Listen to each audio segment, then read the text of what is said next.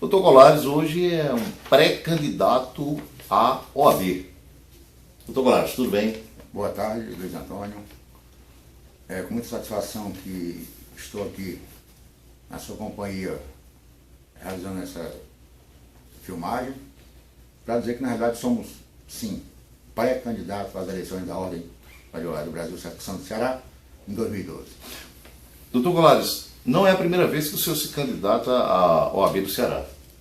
Não, nós fomos candidatos na eleição passada a muito custo e que na realidade nós fomos excluídos do processo eleitoral pela mídia, porque a mídia em momento algum falou no quarto candidato. Falava apenas que tinham 3 candidatos, que eram os que tinham um poder aquisitivo maior do que o nosso. Doutor Colares, por que esse desejo de ser presidente da OAB no Ceará? O nosso objetivo foi e sempre será de estar junto com os advogados, participando efetivamente em sua defesa. O que até hoje não foi feito pelas gestões de 2000 para cá. Como pré-candidato, inclusive, o senhor tem propostas. Nós já podemos ver aí que o senhor já conversa com os colegas, com as pessoas, sempre ajudando os advogados, notadamente os advogados criminalistas aqui, e o senhor já tem um rol de propostas que o senhor pretenderia executar chegando à presidência da OAB do Ceará. Primeiramente eu tenho a dizer que, como eu pretendo não ser, se eleito for, candidato à reeleição, porque eu acredito que quando uma pessoa está disposta a trabalhar, a realizar, 3 anos é suficiente.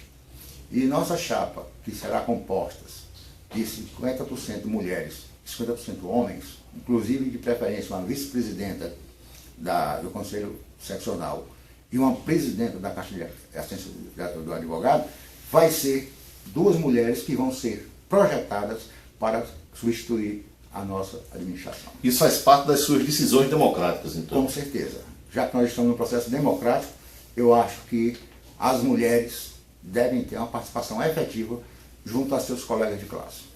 Doutor Colares, e com relação às prerrogativas dos colegas advogados, hoje um tema tão cobrado a quem se propõe, como o senhor está se propondo, a ser presidente da OAB?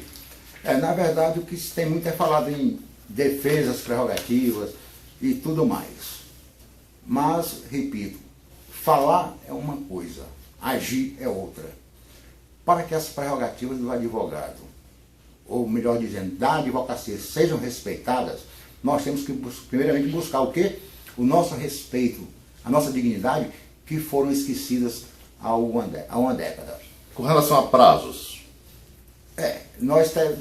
Como eu repito, há uma década que o judiciário está contribuindo eficazmente para que o advogado fique mais necessitado ainda. Ou seja, o advogado sempre teve que cumprir prazos processuais, prazo de audiência, horário de audiência e tudo isso. E a OAB nunca se preocupou em cobrar efetivamente dos magistrados, dos promotores e do próprio serventuário o cumprimento de prazos processuais. Horário de audiências? Alguns dos magistrados marcam audiência para as 14 horas e chegam no fórum às 15 horas. Isso é um desrespeito ao advogado e à classe advocatícia. Funcionamento do fórum, doutor Colares? Segundo o Conselho Nacional de Justiça, o funcionamento do fórum é de 9 às 18. E o que ocorre em Fortaleza é que, na realidade, abre às 9 horas da manhã, mas só começa efetivamente o seu funcionamento depois do meio-dia, quando chega alguns juízes, quando chega alguns promotores, quando chega alguns diretores de secretaria. No que diz respeito ao desrespeito, possível de respeito aos colegas advogados? Basta você se dirigir a qualquer secretaria de vara, você se depara logo de antemão com uma plaquinha dizendo desacatar funcionário, artigo 331. 331. Isso já é um meio de intimidar o advogado no exercício profissional. No que diz respeito à celeridade nas publicações pelo tribunal? Não só das publicações. O judiciário tem que dar uma resposta ao cidadão com a maior celeridade possível, seja sim, seja não.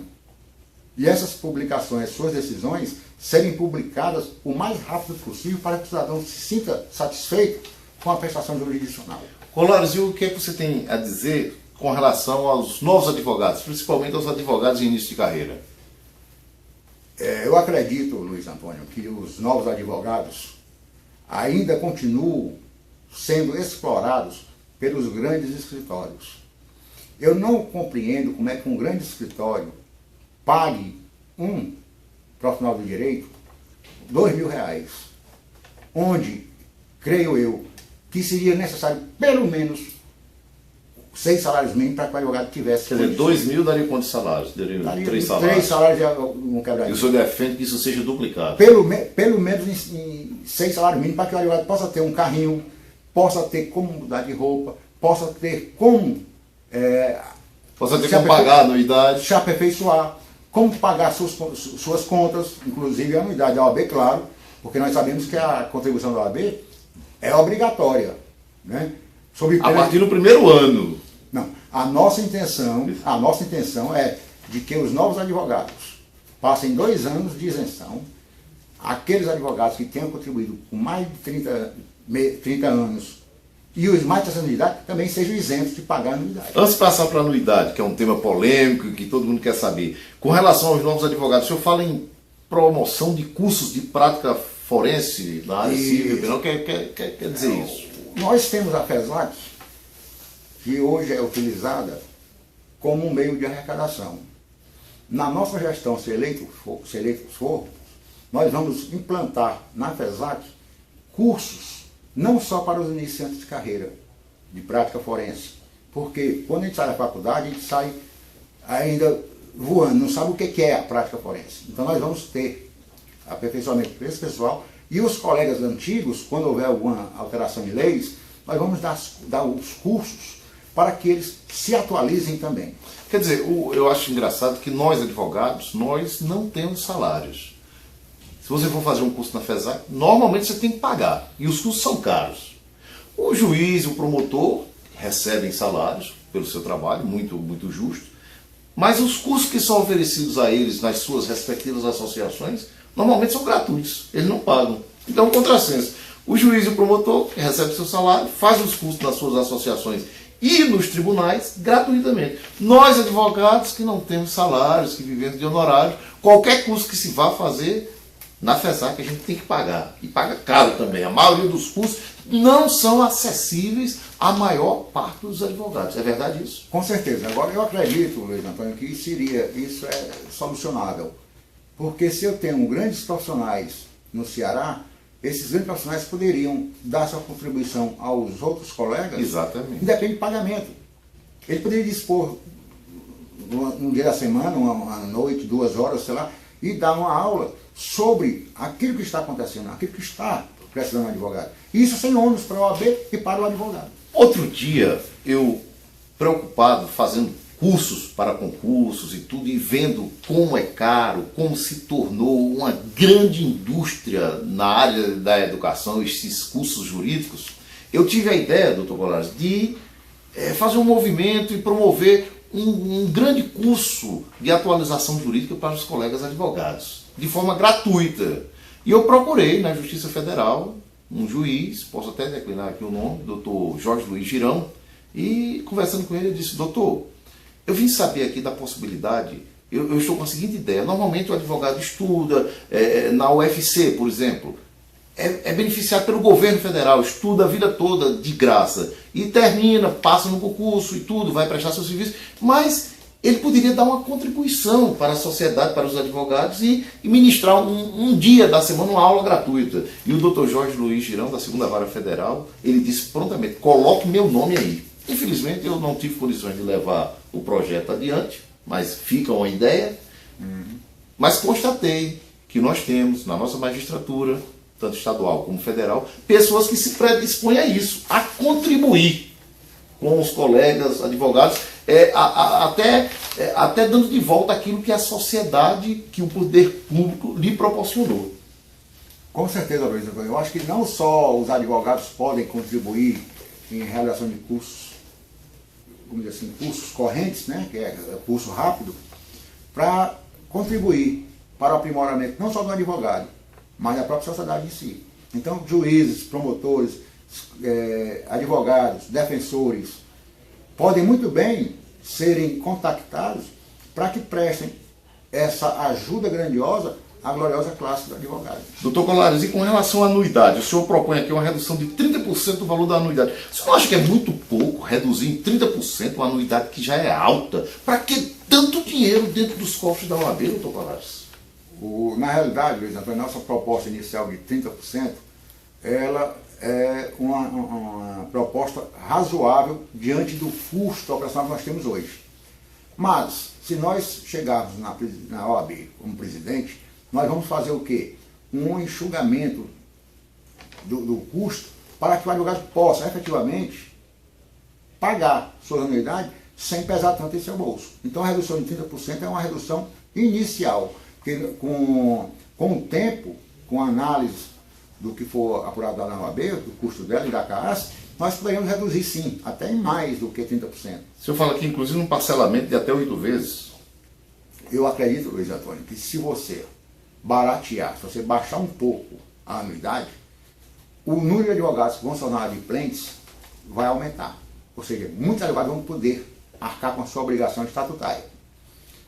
E aqueles que pretenderem parcelar sua dívida para com a entidade, poderão parcelar em até 10 vezes, sem nenhum custo, sem aumento de nada, sem multa, sem juros, sem nada. Anuidade proporcional, o que quer dizer isso?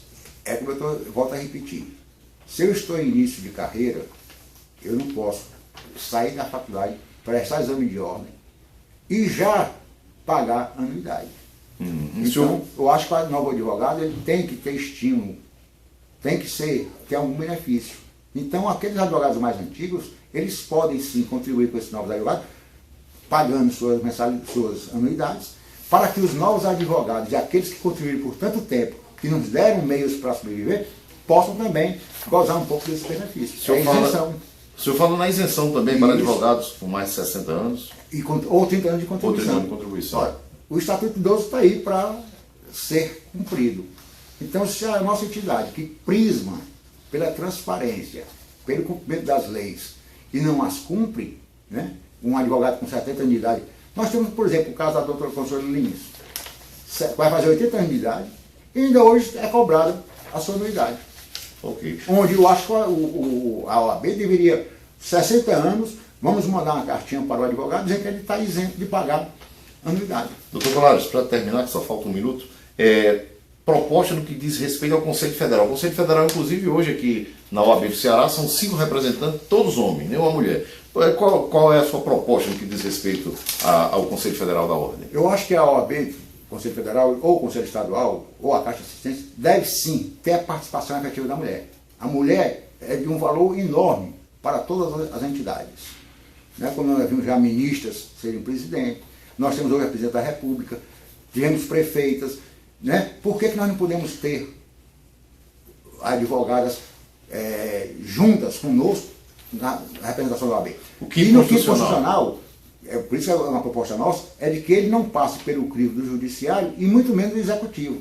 Porque no momento que um advogado é escolhido pela classe para desembargador, para aquela lista do desembargador, então bastava que a OAB seccional referendasse o nome do escolhido pelos advogados e o Conselho Federal apenas homologasse. O senhor defende também que os advogados inadimplentes possam votar nas eleições? Com certeza. Eu acho que o advogado, ele estando inadimplente ou não, ele não pode perder o direito de exercer a sua vontade, de escolher o seu representante junto à entidade. Porque a OAB, ela tem seus meios legais, que é a execução fiscal, para cobrar dos devedores o que der. E não impedir que o advogado vote. Porque para impedir que o advogado votasse, aquele que está suspenso de suas funções e não teve processo administrativo, para que aquele advogado fosse punido com o não poder, direito de votar, eu creio e repito, o advogado inadimplente tem o direito de votar. Ok, doutor Colares, foi um prazer muito grande, quero agradecer a sua atenção e voltaremos a discutir aqui maiores detalhes. Com certeza, Luiz Antônio, a satisfação é nossa e posso dizer a você e aos que porventura vierem a ver esse vídeo, de que eu estou à disposição de todos os colegas, a todas as horas, para ajudá-lo